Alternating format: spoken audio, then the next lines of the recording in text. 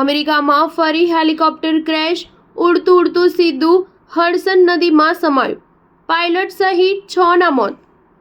અમેરિકામાં છેલ્લા કેટલાક મહિનાઓથી હવાઈ દુર્ઘટનાઓ વધતી જઈ રહી છે, ત્યારે તાજેતરનો મામલો મેનહેટનથી સામે આવ્યો છે। માહિતી અનુસાર અહીં હડસન નદીમાં એક હેલિકોપ્ટર ઉડતું નદીમાં ગરકાવ થઈ ગયું હતું। આ દુર્ઘટનામાં પાયલટ સહિત 6 લોકો મૃત્યુ પામી ગયાની માહિતી મળી રહી છે।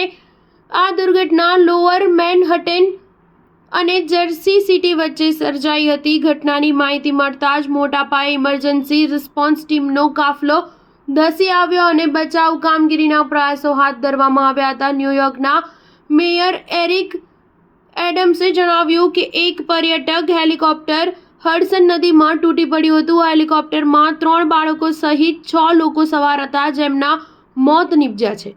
મૃતકોમાં એક પાયલટ સહિત સ્પેનના 5 લોકોનો એક પરિવાર શામેલ છે। ન્યૂયોર્કમાં ટૂર માટે ઓપરેટ કરવામાં આવતા હેલિકોપ્ટર્સે 2:59 વાગે બપોરે ઉડાન ભરી હતી અને પછી અચાનક બેકાબૂ થઈ ગયું હતું। બપોરે લગભગ 15 મિનિટ બાદના સમયગાળામાં જ નજીકમાં આવેલી નદીમાં હેલિકોપ્ટર તૂટી પડ્યાની માહિતી મળી હતી અને તેમાં સવાર લોકો નદીમાં જ ડૂબી ગયા હતા। સ્ટાર ન્યૂઝ 7 હંમેશા સચ્ચાઈની સાથે।